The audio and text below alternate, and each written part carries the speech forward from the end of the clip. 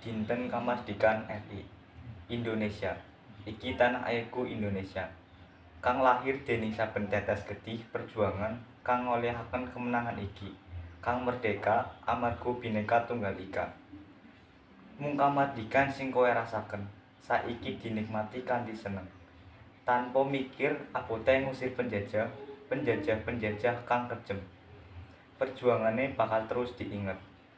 Kita sedaya kudu nerusake perjuanganipun, perjuangan para pahlawan kang gugur ana ing medan perang. Ciptokaken karya-karya apik, karya-karya kangge majuaken bangsa. Ing dinten kamardikan iki, kuwataken persatuan lan kesatuan demi bangsa Indonesia kang damai. Dirgahayu Republik Indonesia ingkang 17 gangsal taun. Muga-muga isa dadi bangsa sing maju lan apik.